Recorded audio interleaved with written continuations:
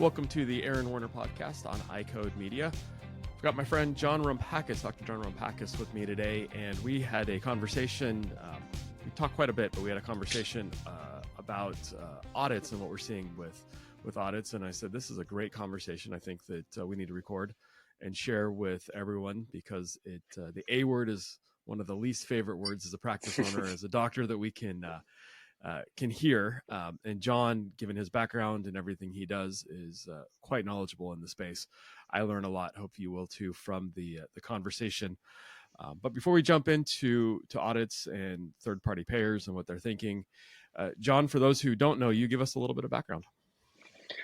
Sure. I been involved in this world of coding compliance for a number of years. I've been out in the field for about 40 years now, celebrating that, and really proud to be able to say, we've helped to bring a lot to our colleagues and being able to, join medical plans and how to navigate that and, really provide the care that our patients are looking for and then enhancing our practices at the same time. So, well, we appreciate it. You told me once that you made a joke that, well, I've got some fiction novels on my nightstand. You've got the Medicare the Bible's next to your nightstand. So I appreciate that you enjoy reading those and sharing that information with us. Yeah, boring and weird, but necessary. Necessary. And it's I look at everything like a game. When you know the rules of the game, you can play the game better. And what I've learned from you and Chris and others is, the rules, while they may not seem super sexy when you're reading the books, they're pretty straightforward for the most part. And They tell you what the rules are.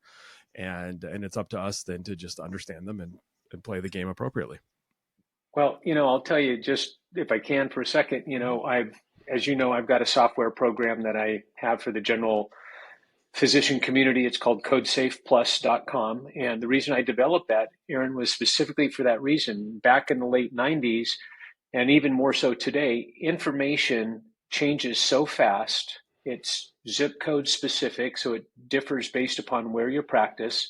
And if you don't have the knowledge, if you don't have the power of knowing what the rules are, you have no ability to be able to have a discussion with the carrier, let alone prevail on something, because you don't have any basis to do that. And when I developed CodeSafe Plus, it was exactly for that reason, to provide physicians with the power of knowledge in real time in their zip code, so that way they would never feel at a deficit when having that conversation or not knowing what the rules are and providing the care to the patient.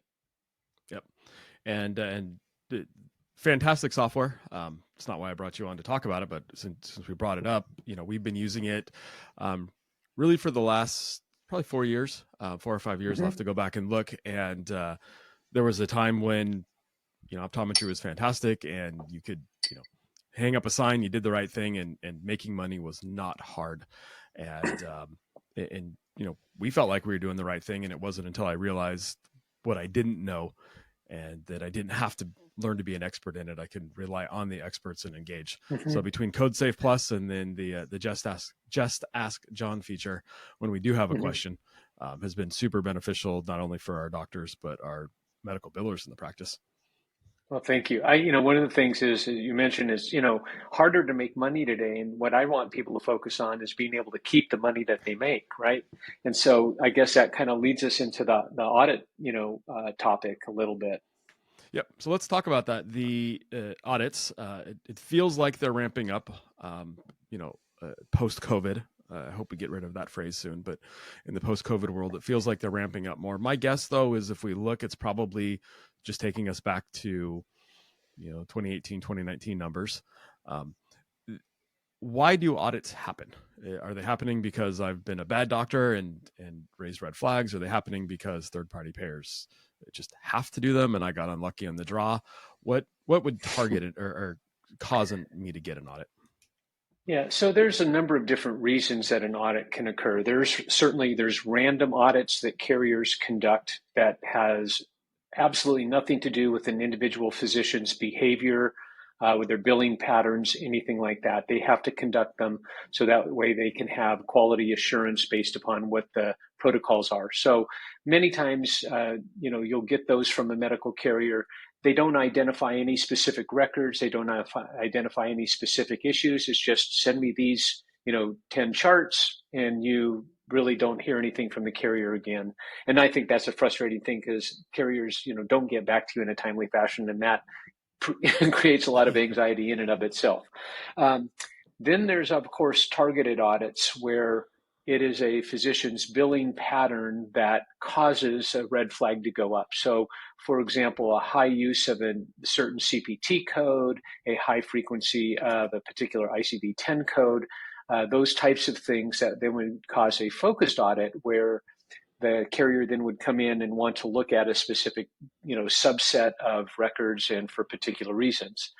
I would tell you that if you look at the pass fail rate of those, and just for full disclosure, I do work with insurance carriers. I don't perform audits for insurance carriers, but I do evaluate the results, and I then help the carrier understand the severity of the issue, and then also provide remedial education, because contrary to what most people believe, carriers generally, at least the 3 or 4 that I've had the privilege of working with over the years, tend to want to remediate rather than adjudicate punishments right along the way. So if a doctor failed an audit, they don't jump to the 12th level, and assume that it's extremely egregious or anything like that. What they'll do is they'll educate the practitioner, and if they don't see a change in behavior, then, typically penalties and things like that will come into play. So in my experience, doctors have almost always had a chance to be able to remediate things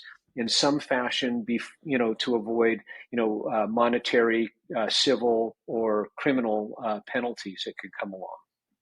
But I'd say the number one thing that I see, Aaron, is that it's failure to note medical necessity, and doing either, a common behavior that I would say of our peer group is that people will say, hey, I've got all this cool diagnostic equipment. I've got to use it. I know that I've got a covered diagnosis. And, I was doing work with one of the insurance carriers I do work with. And it's interesting that we were looking at glaucoma profiles and individuals that bill glaucoma. The number one diagnosis for that was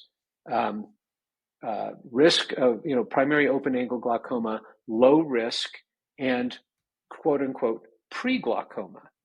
And yet you have these diagnoses that are being submitted, and 4 or 5 tests every visit that are being done because somebody says, oh, I've got a covered diagnosis and I can run this procedure because I get paid for it.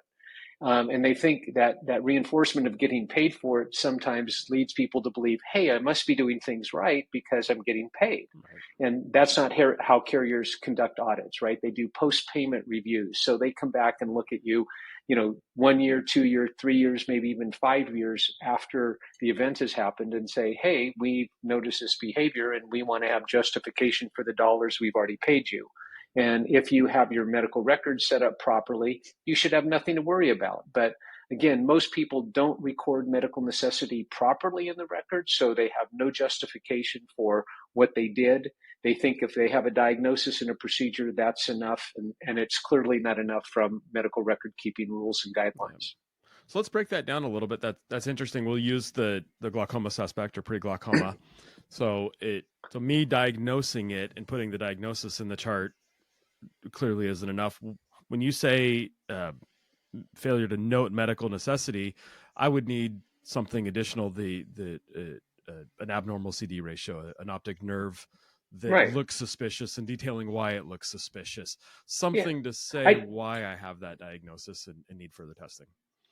Right. So I typically tell people, when I work with them or, give a lecture, I always say, think about the what, the why, and the when. What do you want the patient to do, right? I want them to have a fundus photo. Why? Noted change in, neural rim thickness in the left eye. When?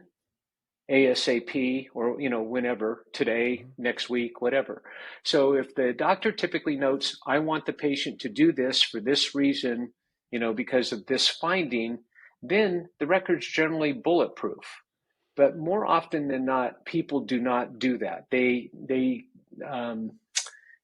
do these battery of tests automatically. They'll say somebody's a glaucoma suspect. And it's funny, in one of these sets of data that I was looking at recently, the vast majority of these tests with those two diagnoses that I was telling you about were for individuals under 50 years of age. Oh. And, when you think about the incidence and prevalence of glaucoma, and the demographic profile of those, certainly that's not what you would think of, right? The average age in the US is age 54. You start to think about where that falls in the distribution. And, when you start to look at the data that carriers have, it's amazing. Right. And, you have it too. We never look at it in our practices. We never look at our frequencies of procedures and what are we correlating it with. And very few offices actually do self audits where they go in and they look at their records and they say, am I noting medical necessity? Does this actually make sense in what I'm doing and how I'm doing it, the frequency in which I'm doing it? And those are just really common sense questions that many people have difficulty answering because they don't have the material, recorded in their record. Yeah. Well, that makes sense. We're really telling a story. I had a professor in school say, you're telling a story, and if somebody can follow your story along by reading your notes, then you're generally pretty good. If, all of a sudden something happens in the story and you don't know why, it doesn't make sense why, it ruins the story. And that's right. Where in this case, questions start getting raised because somebody paid for that. That's right. I use that analogy all the time. And the medical record's like a book, right? It's got an intro, it's got a middle, and it's got a conclusion. And, your office visit, your physical examination and your assessment of the patient is what drives the testing, right? It's what drives the next necessary element.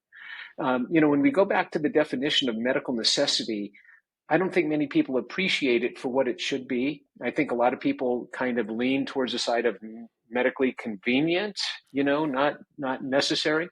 And so when we talk about medical necessity, it really means, in the eyes of CMS and third-party carriers, is that whatever you're doing, whether it's a test or a surgical procedure or anything like that, it means that is, indispensable in you needing to diagnose, follow a diagnosis, treat, or follow treatment of a particular condition.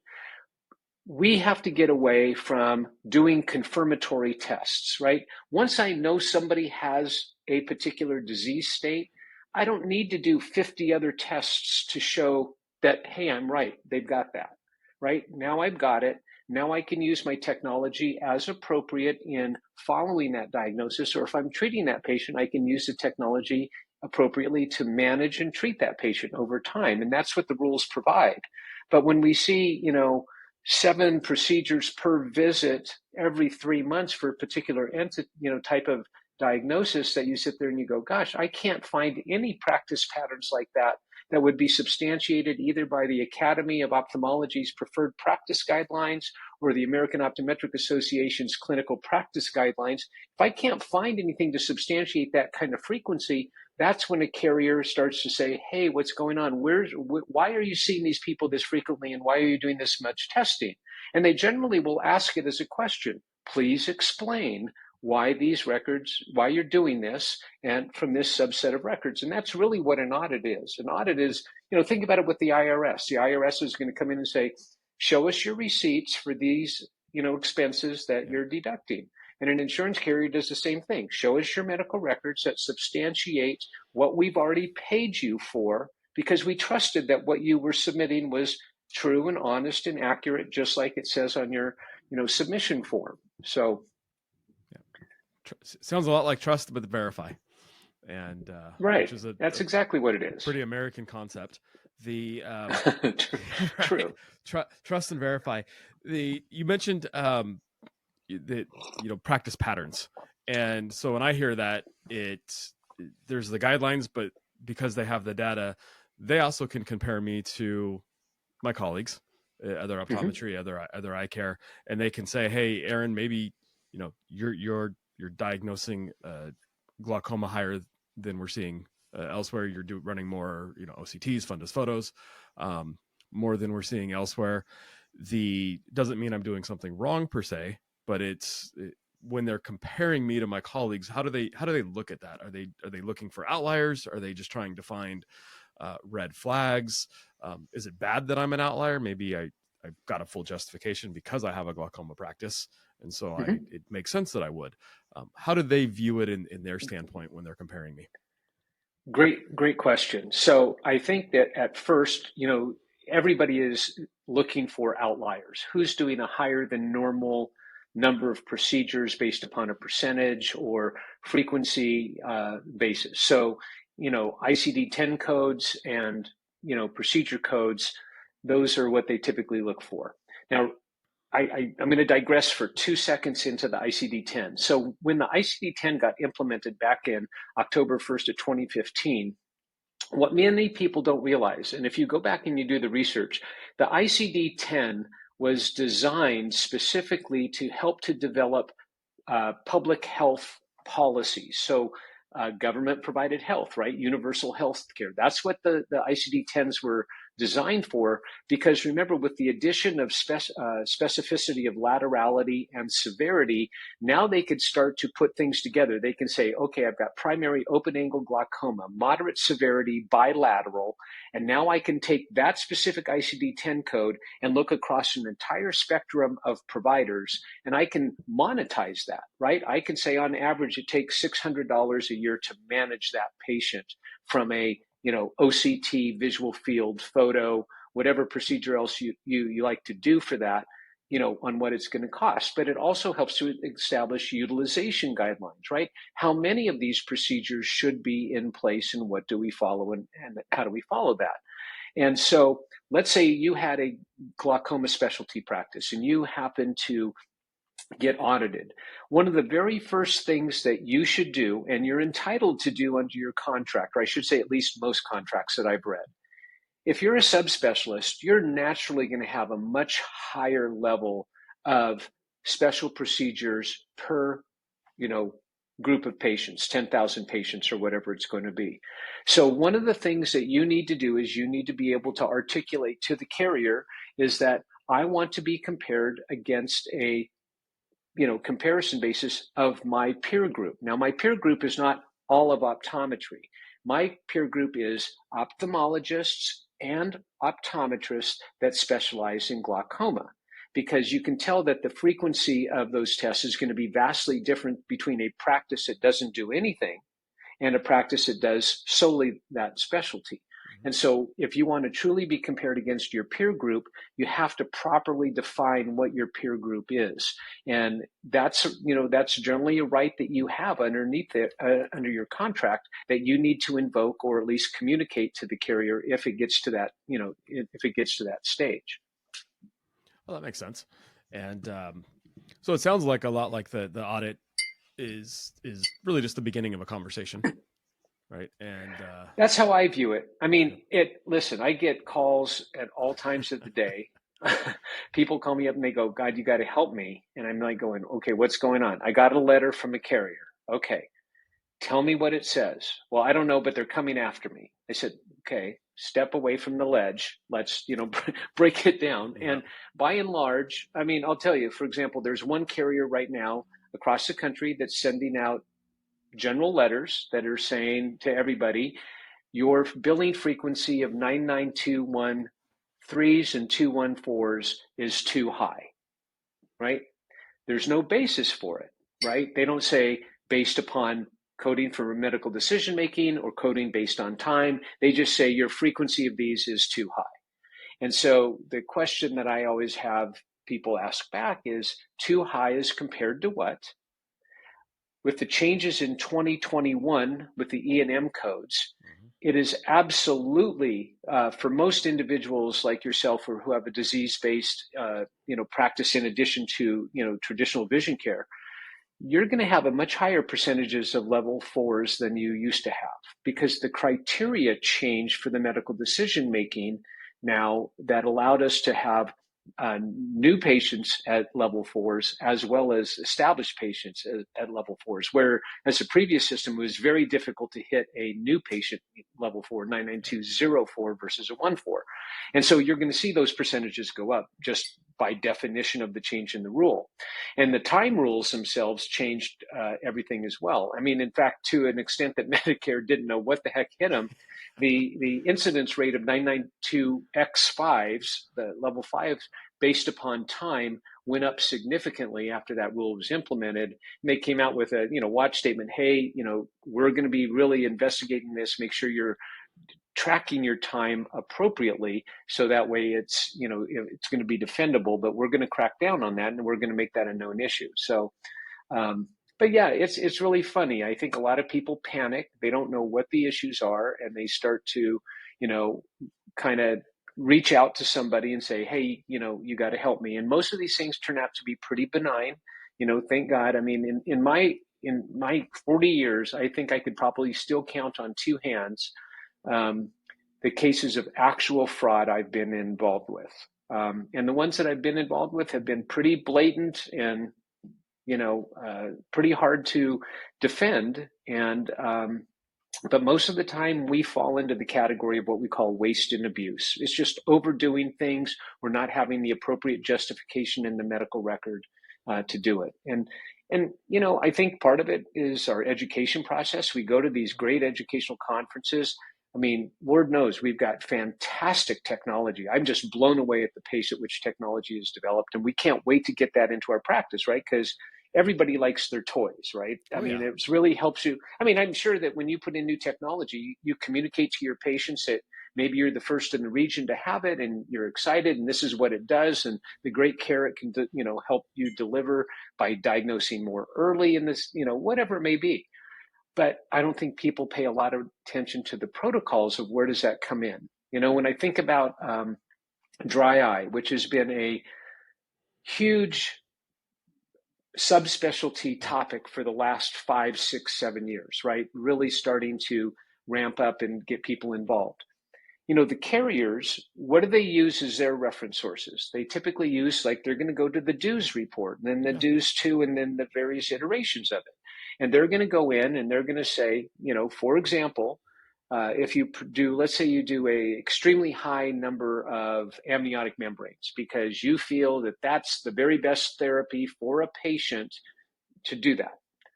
Listen, if you think it's the best therapy, there's absolutely no problem at all with you doing it on every person that you think it's the best therapy for.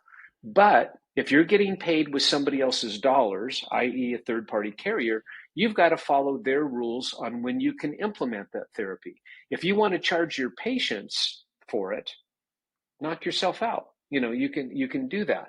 But if you're a covered provider and the patient wants you to submit a claim, you then have to follow those rules. Well, if I look at where I fall in the DUES, I don't fall in at DUES 1. I don't even fall in at DUES 2 with an amniotic membrane for ocular surface disease, right? I fall in a little bit later.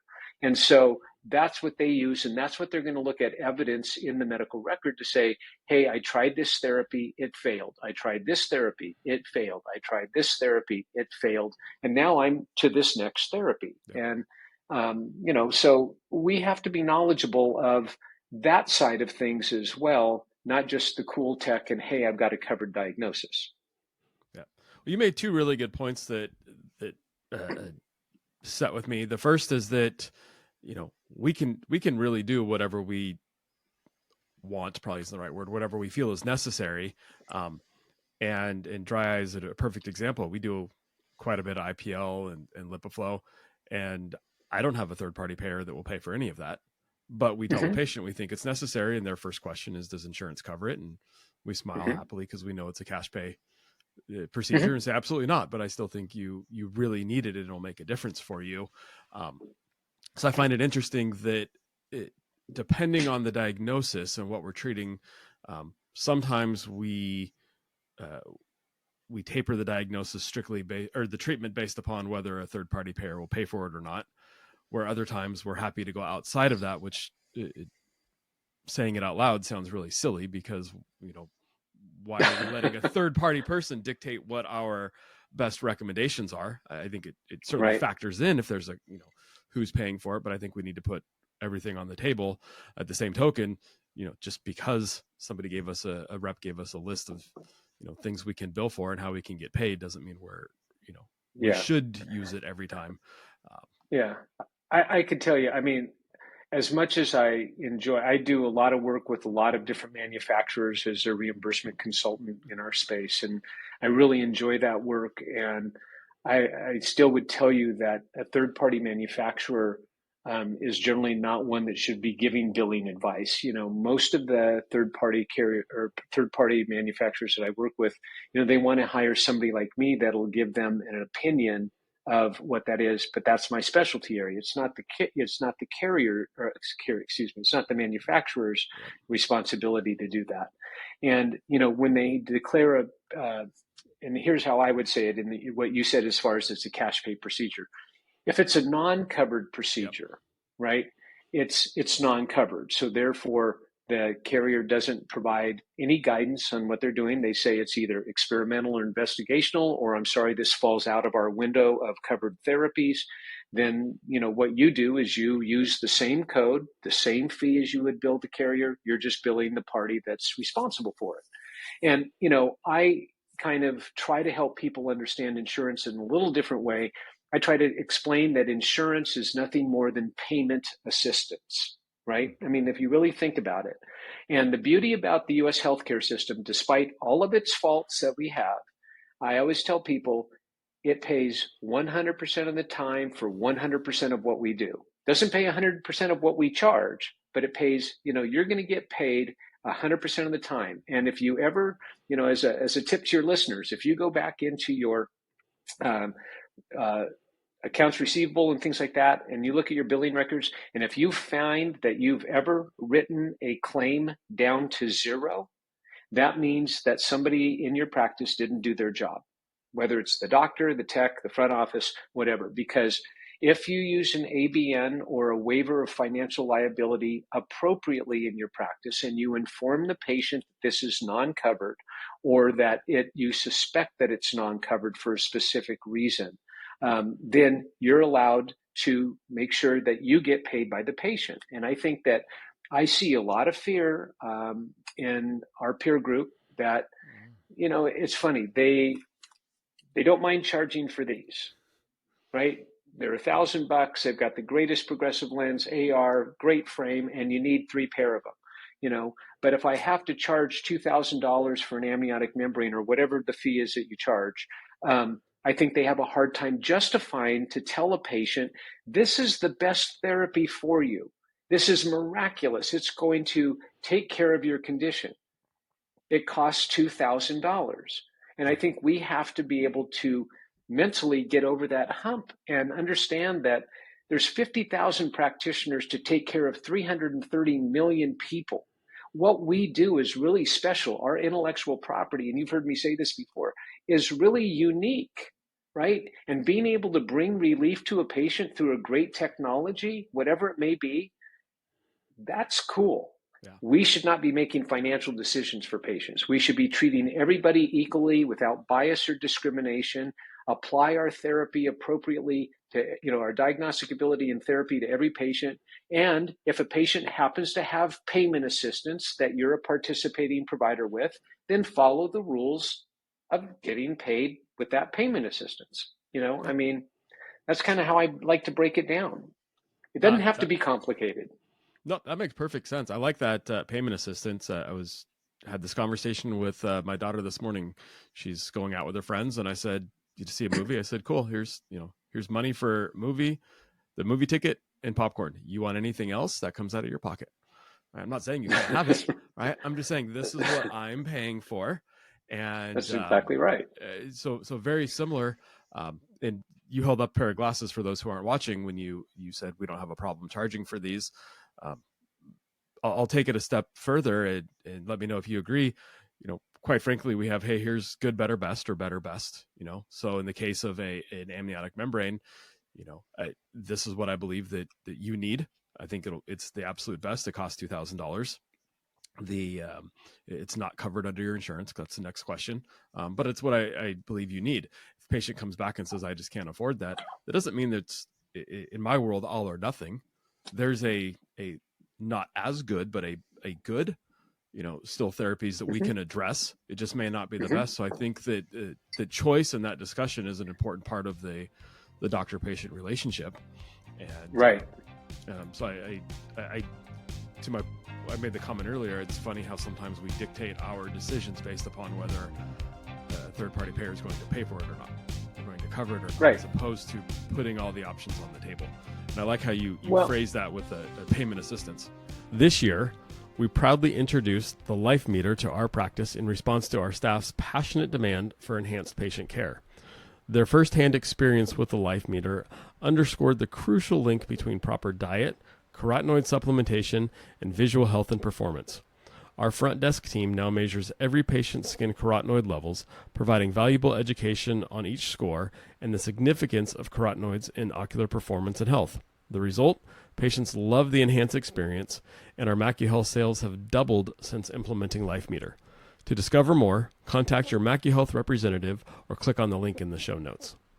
As doctors of optometry, we cannot do what we do without our team. And Para-Optometrics are allied health professionals who assist us in providing the highest level of vision care to our patients. We at iCode Education want to support you and your team in the para-optometric certification process, which is why not only do we have resources available, training resources available for your team to help prepare them for the test, but we also have a discount code specifically for the Aaron Werner Podcast listeners, which gives you $100 off for 12 months. So you can use the code AWP 2024, that's AWP 2024, to get $100 off for a 12 months code. We'll put the link in the show notes, but you can visit icodeeducation.com and search for para-optometric training to see what those courses are like. Yeah. I mean, I guess it goes back, Aaron. I mean, I think about where we've come. It used to be described so much as we want, practices want to follow the medical model or not. And I look at that term and I just think, oh my God, it just puts us in a bucket that we don't want to be in. I look at your practice as being the eye care model. Forget the medical model, non-medical model. You're the eye care model, right? You treat everything from myopia to presbyopia to glaucoma to MACD, whatever it may be. That's what you do, right? Your job is to diagnose and treat, or diagnose and refer. That's your choice, right? Yep. But there shouldn't be anything that's wrong with telling Mrs. Smith, who comes in that's 58 years old, 60 years old, and says, I've diagnosed today, you're myopic, astigmatic, presbyopic, you've got beginning signs of macular degeneration and ocular surface disease. My plan is this. I'm going to recommend glasses and or contact lenses for your myopia, astigmatism, and presbyopia. We're going to do some additional testing of the retina for your macular degeneration, and we're going to schedule you for a workup for your ocular surface disease. I don't care who's paying for anything. Those are my diagnoses and those are my recommendations. Now I can work with the patient on what do they want to pursue and how, we need to start prioritizing those based upon severity. But so many times we limit our care based upon the patient's coverage. Mm-hmm. And we shouldn't do that, right? I mean, it just doesn't seem that, it's appropriate from a medical, ethical, legal perspective. My job is to take care of that patient and make them aware of all of their problems that I found and diagnosed and what my recommendations are. Whether they want to follow my recommendations is up to them and how compelling I am in my explanation to them. Yep. Right? Yep. No, I agree 100%. I think the biggest challenge is the money talk. And mm-hmm. in all my work with colleagues, looking in the mirror myself, that's the least comfortable part of the entire patient interaction is the money talk. And I think it's just inherent in who we are and maybe why we even chose optometry. But that's we want to care so much for people that making them uncomfortable makes us uncomfortable. Mm-hmm. But I think we have to understand also that most of the consumers out there who have insurance for their medical, I'm talking about their medical insurance specifically, don't really have a say in what it is. Their employers pick out a plan, right? And they pick out levels of coverage and they see this is your stated benefit. I mean, and if the employer picks a plan that has a $3,500 deductible or a $7,000 deductible or a $10,000 deductible, that's not the consumer's fault. No. Right? Or it is, if they choose their own insurance, they've decided I can only afford a $5,000 deductible or a, $2,000 deductible. What we have to understand is the payment assistance that they come in with has nothing to do with our diagnoses and treatment recommendations. It is what it is. They presented with that level of payment assistance. My job is to diagnose and treat, or diagnose and refer, and then make sure that I'm working with them with whatever level of payment assistance that they have to make them understand that.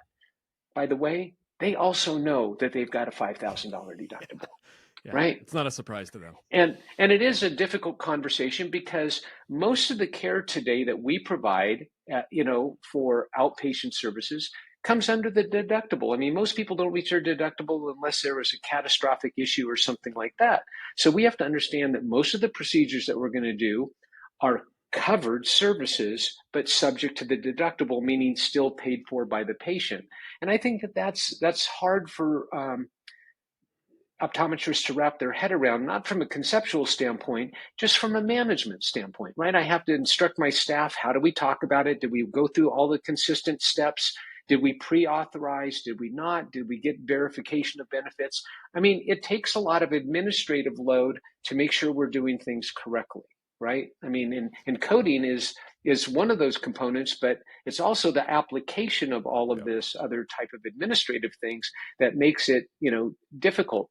And I kind of laugh because I know that a lot of people, are using outside billing services for their practices now. And I think that there's some really good ones out there. But what people have to understand is the doctor is still responsible for doing the coding. They still have to make sure that their medical record is pristine and perfect and has all the components in it, and choosing the correct and accurate diagnosis and the correct and accurate procedure code, not something close to or anything like that. But everything has to be, pretty precise. And that still lies within the doctor's duties, not a third-party billing company, because they're just following. That's why it's called revenue cycle management. They're just, managing the money flow and submitting the claim and making sure that they track it properly. Yep. That makes sense. And I will share, in fact, I just submitted an article for Review of Optometry Business. Because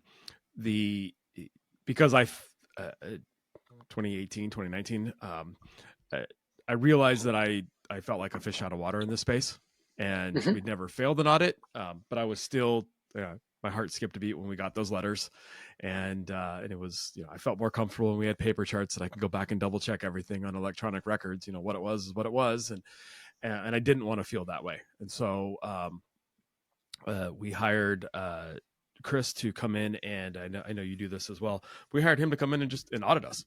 I said, hey, just audit me, and I don't want you. I'm not going to pick the charts. I want you to pick them. I just, tell me where I'm at. And I was scared to death to, let a colleague see behind the curtain. And what we found was that really we were doing most things pretty darn well.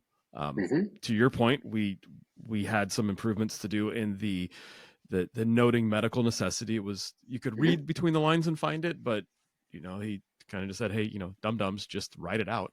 It doesn't need to be an essay. Just say, I see this, I'm doing this, for more. Super simple sentence.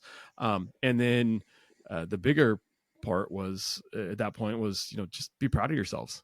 Stop undercoding, hoping to avoid the spotlight. Just be proud of the work you're doing, because here's how much money you left on the table. And you did the work. You just undervalued yourself. Stop it. Right. Undercoding has been endemic for quite a while. I've seen it taper off, more probably within the last 8-10 years. I don't think it's as big of a problem. I do audits all the time for offices, and I typically start with probably 15 to 20 records, not a huge amount. We always do randomized samples, those types of things. And then if I see a area or a pattern develop or something, we may do more, and that sort of thing. One of the things I'll tell you is I think that the modern day electronic health record that we work with aren't always perfect either. There's never really perfect spots to write things down. I find that on special ophthalmic procedures, the interpretation and report is very limited. It's like tests done, right eye, left eye, impression, okay, and that's not an adequate interpretation report. So I find that there's, limitations that occur because of the EHR. And I think that any experienced auditor would tell you that there's no perfect EHR out there to do things. However, one of the things I always tell doctors to do is print out your actual record. Do it.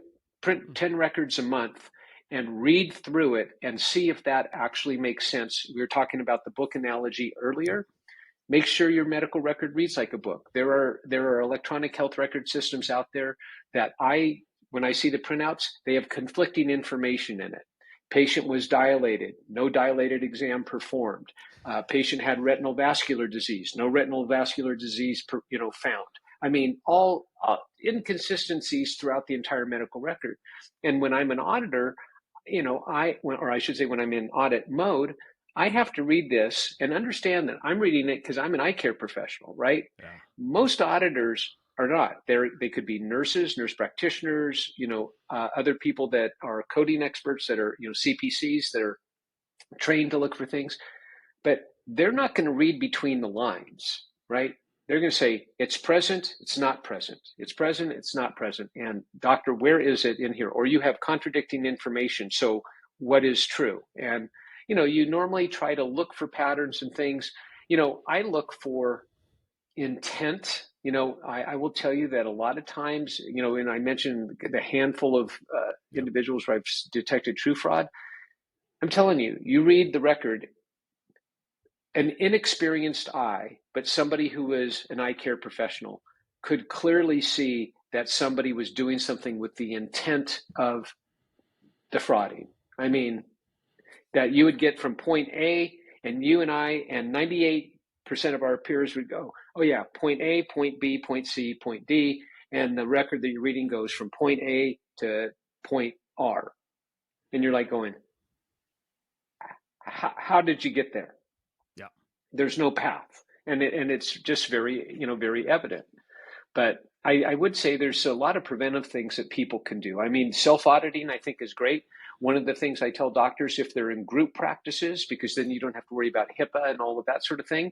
Aaron, if you and I, and let's say Chris, were in a practice together, I'd say once a month, I'm going to review 5 of your records. You're going to review 5 of Chris's, and he's going to review 5 of mine. And we're going to sit down and we're going to go through them. What did I do wrong? What was deficient? Did I explain it correctly? And you would be amazed at just the self-learning that takes place if you look at a colleague's record. You can, because they don't write in the same style you do. No. You're forced to follow their train of thought based upon what they wrote. So self-auditing is really important. Making sure that you look at your EOBs before they're or your claim forms before they're submitted to ensure that your billing staff is doing it properly. If you're using an outside biller, ask them for a report to make sure that you can tell the medical record and the claim form being submitted with your NPI is making sure that everything jives. Yeah. And then making sure that your fees are being charged equally amongst all patient groups. I mean, there's a number of different things that you can do proactively to improve yourself. You don't necessarily need somebody like me. Somebody like me is really good to help to identify issues and to help put you on a corrective path. But if I do my job right, you don't need me for a long time. You might need my software because the rules change all the time, right. But me, you don't need all the time. And I think that's really important because I think a lot of ODs think this is so above me. I don't understand it and all of that stuff. It doesn't have to be really hard. If you put yourself through, and I literally mean this, 2 weeks of training to get your office visit levels right, understand how to create your medical record to show medical necessity, make sure your INRs are written properly, man, you're going to solve 90% of your problems by doing preventive things. And I think that that's, if I had to give anybody any, positive advice, don't be afraid of it, right? I mean, this is something that you do daily, 20, 50, 20, 30, 40, 50 times a day. And depending on how many patients you see, get on top of it, get ahead of it, right? And don't shirk back and be afraid of it. Nope. Very well put. That was 100% my experience. And the first time we did it, honestly, we paid to have it done because I didn't feel like I knew what I was doing, and it had been on my to-do list for way too long. I said I'm going to pay a professional to come do it. We had well over a 20 times return on the expense. Oh yeah, over that. Plus the being able to sleep at night, right? But it just from a dollar number, it was an immediate return. And now that number's shrunk. So every couple of years we do it again just to verify.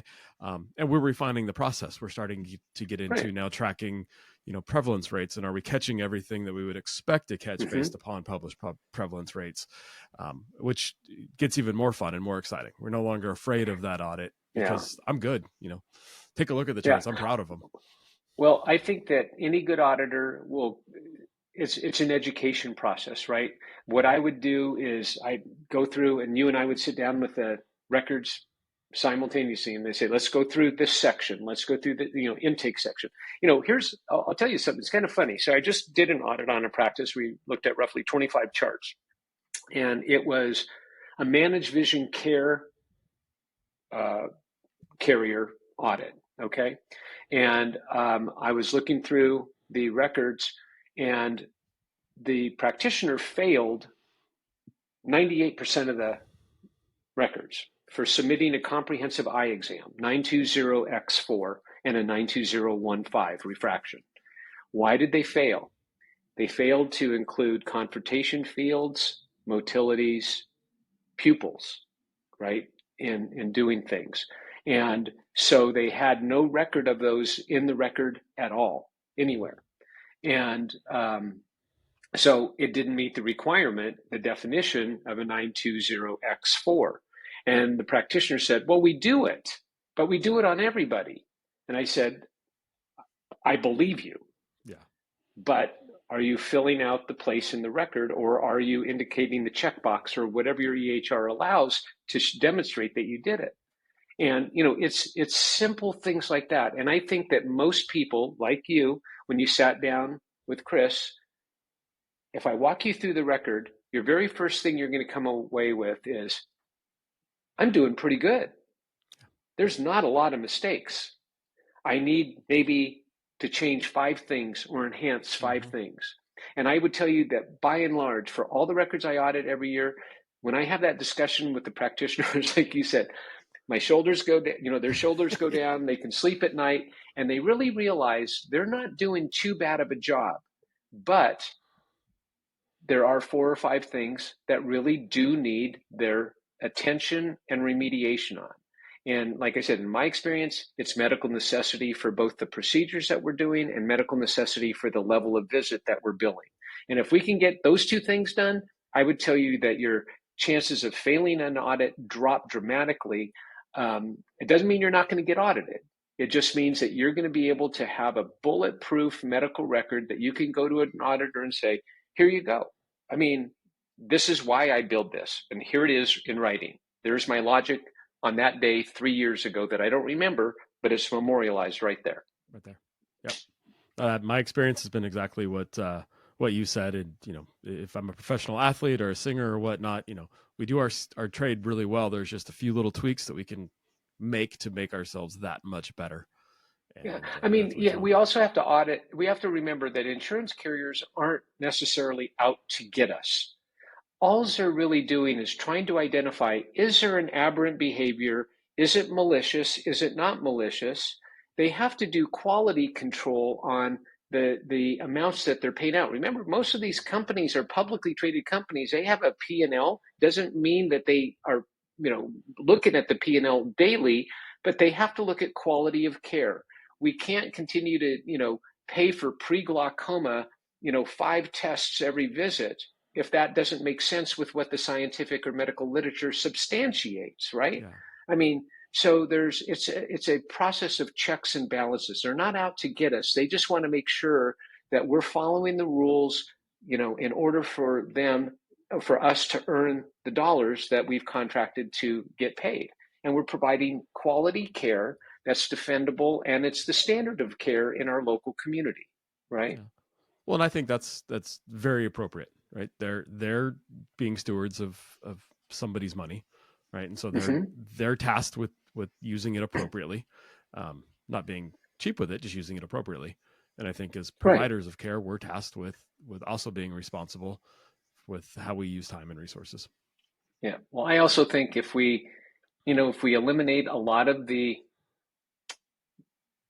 payments that are going out for care that may be not necessary, that leaves more money in the budget technically for those individuals who truly need the care, as well.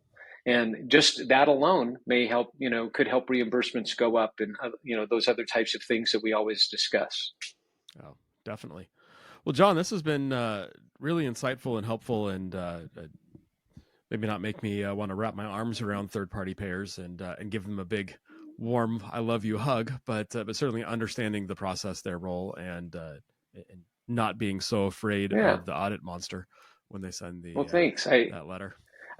I really appreciate being here. It's been a great conversation, and I hope that those individuals that are watching or listening, they can understand that this is something that is controllable, right? This is something clearly within your wheelhouse and within your power to eliminate the fear, be proactive about, and really come out and on the right side of things. Yep, absolutely. And we'll put links in the show notes to your CodeSafe Plus product, and contact if somebody does want to reach out and have that audit. I strongly recommend doing it. It's a scary process the first time, but after that you realize that you can breathe. You're doing the right things, and you're probably just not valuing yourself enough, and so you can certainly get a strong return on that and be able to sleep a little bit better at night. Absolutely. Awesome. Thanks, John. Thank you, Aaron. Have a great day.